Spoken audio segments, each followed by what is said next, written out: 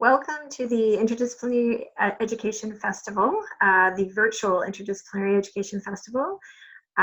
We have a keynote speaker that was going to join you face-to-face before this festival went virtual. We have Darren Abbey here today to offer a few words around the value of health professions learning with, from, and about each other. Welcome, Darren. Thank you. I really appreciate this invitation. Pleasure to be with you all virtually. I will just start by saying I'm socially isolating and currently I have no COVID-19 symptoms. So I'm a safe video to listen to. Very happy to hear that. Yeah, thank you. Colleagues, a ton of you listening to this, I suppose, from multiple disciplines, and I'll just start off by saying thank you for doing the work that you're doing currently, and likewise, welcome to healthcare. I love this question, you know, where are we at with learning with, from, and about each other these days? And I want to tell you a quick story. This is from years ago now.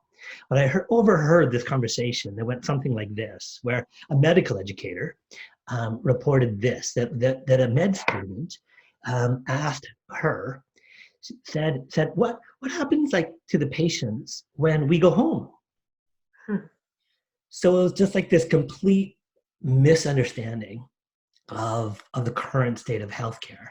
And it just resonated with me, and it was a real sort of silo enforcer, for lack of a better phrase. And anyway, that was years ago. So what about now? What's some of my thinking nowadays? Well, as you said, I think interprofessional collaboration is where it's at. It is ridiculous to think otherwise. Our patients go from encounter to encounter with assorted clinicians.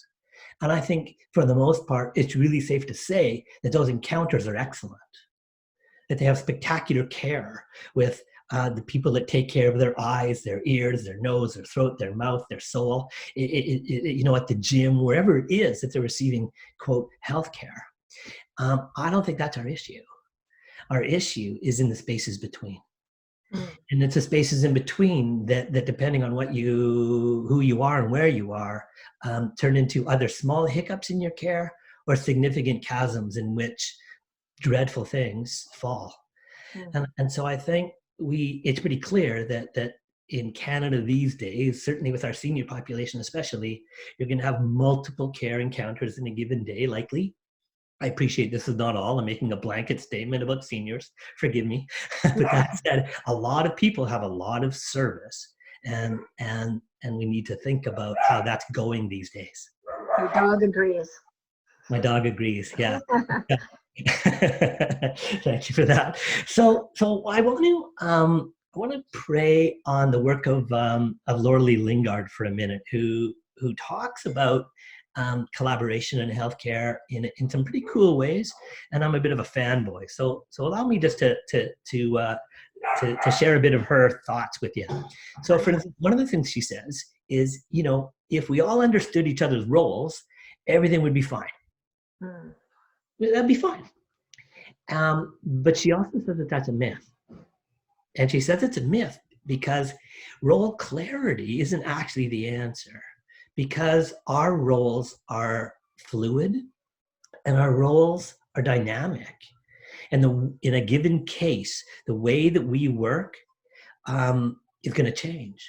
There are times where the most responsible individual or the person that really needs to make the decision is or is not known to everybody. And maybe it's the physician, maybe it isn't. Maybe it's the social worker. Maybe it's the dietitian. Maybe the person that has the best perspective right now is the nurse. So I think why I'm saying that is not that role clarity doesn't matter. It does. If I had my way, healthcare providers would enter healthcare and they'd spend their first day walking around with a piece of paper learning 25 different roles in healthcare, be it in the community or in acute care. You know, we need to understand roles. But to assume that they're static, and that is a mishap for us. All right, so there's another myth that this is going to quickly bump into. I love this myth busting. Yeah, we're myth busting, or we're amending. This is the other myth. The other myth that, again, Lorelei Lingard talks about is, hey, if only we had clear leadership, if only someone's in charge, everything would be fine. And that's a myth. It's a myth that harkens back to a time where there was a single leader. And so if role clarity is ever changing, and so too is leadership, because we have collaborative decision making. And so even if we choose a discipline like our physician colleagues, in a complex healthcare encounter, there may be 6 most responsible physicians, and including residents, etc. So that's an acute care example, but I think the examples in the community aren't too dissimilar. So we have to, in other words, wrap our head around what does it mean to lead, and how do we, the royal we, all of us, find our way to speak to each other. Right. So it's not as much about role clarity, but collaboration and communication. Yeah, absolutely.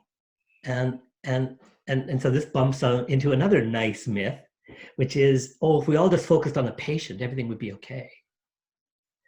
Right? Because that also isn't necessarily the case, because our patients actually exist in really complex systems. And so if we just look at them, we miss their context.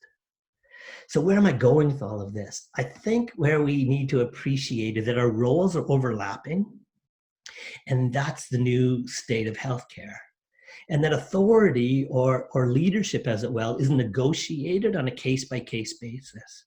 And the days of, if only we had a leader, are gone. It's Lorelei Lingard will say that's overly romantic.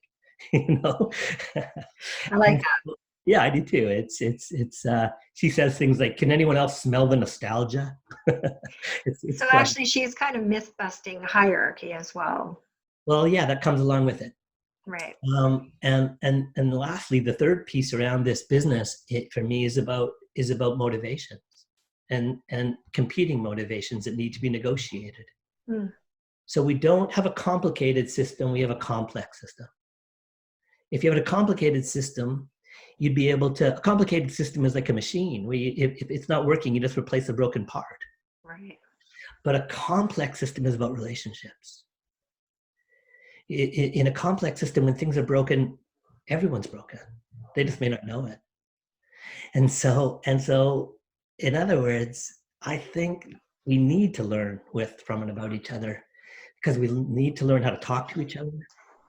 We need to learn how to be the voice our patients need us to have.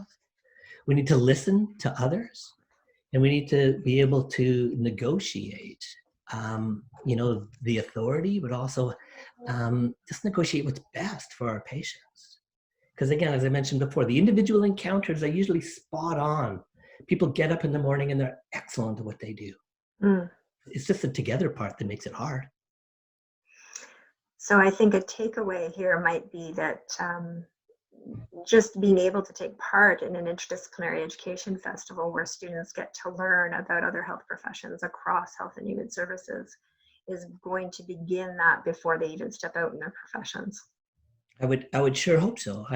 I'm sorry that I'm not there to participate in the day and to see what else is going on. I wonder if there's one other little nugget I can share.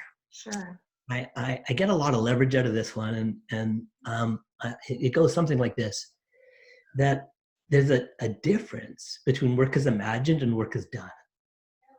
So work as imagined in this conversation sounds something like this. Social workers do this. LPNs do that. Office, administrators do this, etc.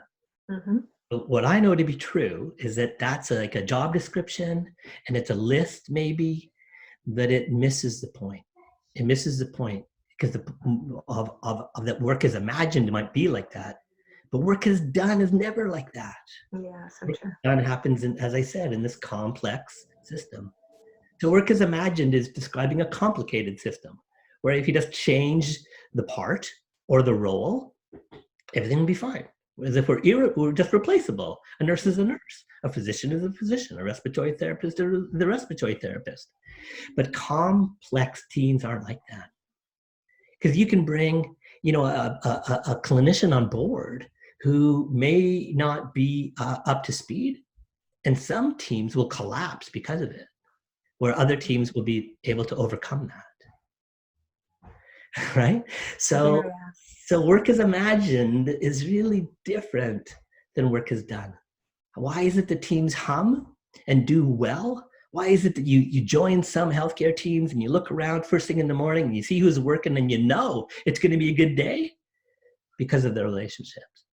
Because you know what it goes back to the relationships. Yeah. And you know who each other are.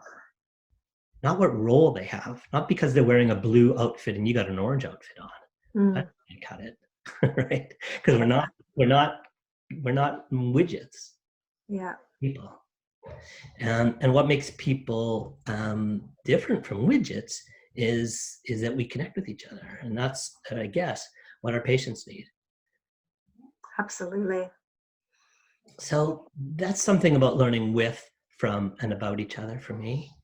I would say that it's not to be confused with a bunch of people standing around talking about a widget. Right? That's not it. Thanks for that clarification. Right?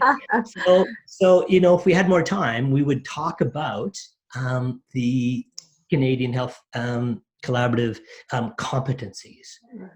And I'm imagining that some of you in the room right now know what I'm talking about. If you don't, high-level summary, 6 different domains, and under each domain, there's maybe 5 to 7 competencies. So friends, if you want to learn what IPE is, that's the source for Canada. Now, don't shoot the messenger though, because it's a complicated topic and it's a giant topic. So pick one competency. My challenge to you, my invitation to you is pick a single competency, gather around with 3 or 4 people and talk about what would this look like where we work? What would it feel like? And how would I know it if someone else was doing it? So for instance, a competency that I often use as an example is the competency of trust. So if you look at every job description or professional requirements, whatever, it says things like, oh, we have trusting relationships with our clients. It's a motherhood and apple pie statement. But what does it actually look like? How do you do that? And if that trust isn't working out, how do you and your teams and your clients address that? That's what knowing how to be competent means to me. So look at those things not like they're aspirational sort of slogans or memes on a calendar, but rather what do they actually mean? How do you do them? How do you do them as an individual? How do you do them with teams? How do your teams do them in the context that you work? And last but please not least, how do you, your teams in the context within your work, do it with the communities that we serve? That's the work of learning with, from, and about each other. Thank you so much, Darren. Really a pleasure. Thank you for this conversation. I hope the audio turns out. And thank you all for taking this time. I hope it's an enjoyable day and really just a pleasure. I'm easy to find and I'll be happy to chat some more at another time. Thank you so much, Darren, for sharing these words with us, and I hope everybody enjoys the festival. Thanks. Thank you again. Bye now. Bye.